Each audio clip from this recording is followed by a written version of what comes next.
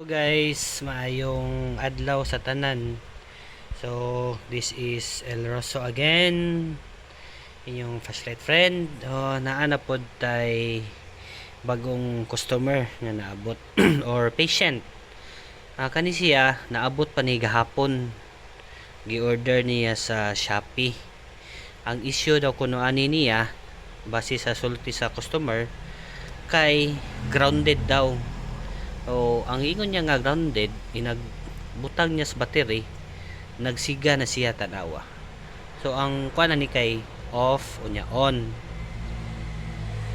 Off on nya karon awa ato siya tanawon Nagsiga lang gihapon.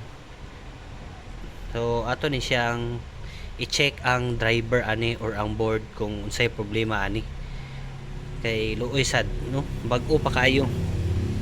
Mo ni ang nakaapan og mo order ta sa online, walay sure og nabay refund or pulihan ba nila. Sa atong paningkamutan nga ma-repair ni siya kutob sa atong mahimo.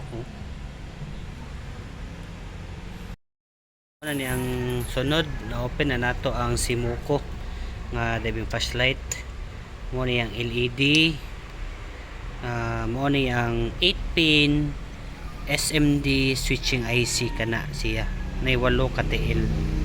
Nya resistor, capacitor, switch tanawa.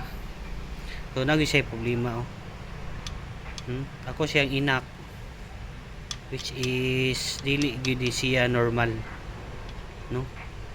Kung akong gamitan siya og magnet musiga siya, pero kung ako siyang dukdukon dili gyud siya normal tanawa. So ato gini siya i-fix kay luoy sad ang customer. Third, so mo gyapon si Muko.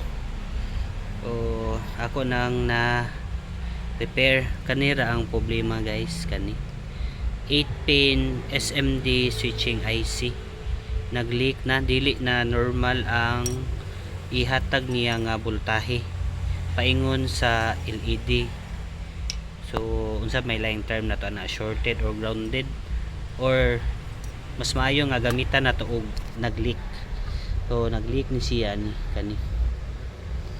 So mo na kung gipulihan, so okay na siya guys. Magan ko ako og magnet ato siya yon, okay na no. Di pare ganina di ba na kung akong uyugon magsiga-siga karon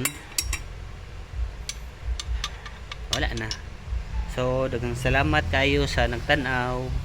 This is your friend from Bohol Spearfishing Community and also El Rosso. Thank you.